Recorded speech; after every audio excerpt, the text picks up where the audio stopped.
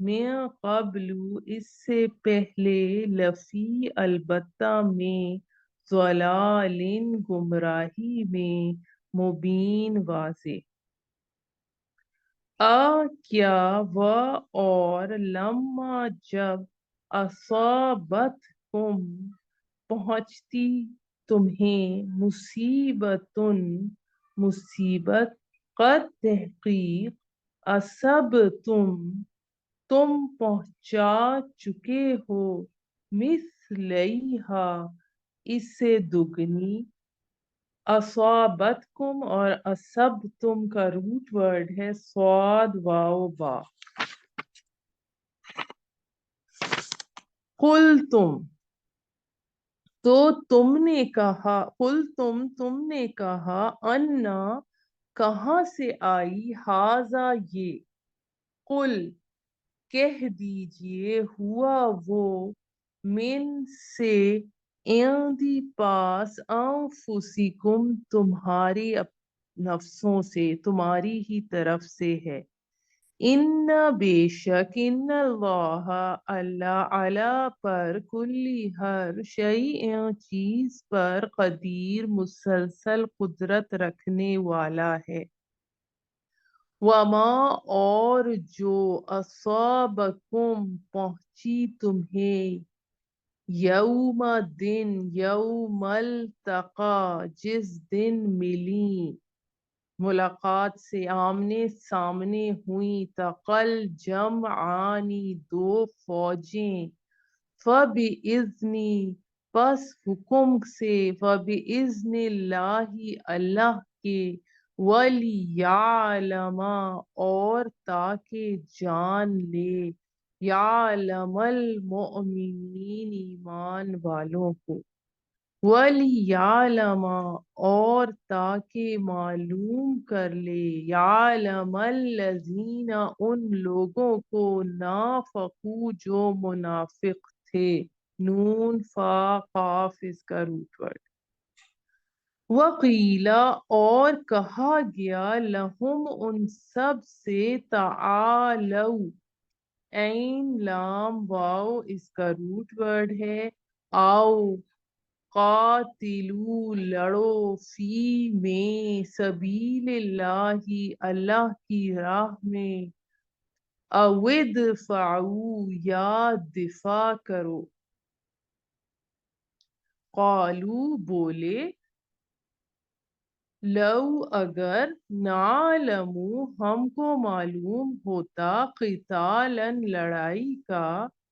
لاتبعناکم البتہ ہم تمہارے ساتھ رہتے یا ہم یقیناً ہم ضرور پیچھے آتے ہم وہ سب للکفری کفر کے لیے یومئذ اس دن اقربو کمپیریٹیو ڈگری ہے زیادہ قریب تھے منہم ان میں سے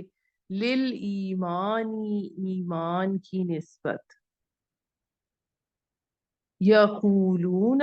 وہ کہتے ہیں بے افواہہم اپنے منہوں سے ما جو لیسا نہیں فی میں قلوبہم ان کے دلوں میں واللہ اور اللہ عالم خوب جانتا ہے یہ پھر کمپیریٹیو سپرلیٹیو ڈگری آ رہی ہے بما ساتھ اس کے جو یکتمون وہ چھپاتے ہیں کاف تا میم اس کا روٹ ورڈ الذین وہ لوگ قالوا جو کہتے ہیں لِإِخْوَانِهِمْ اپنے بھائیوں کو وَقَعَدُوا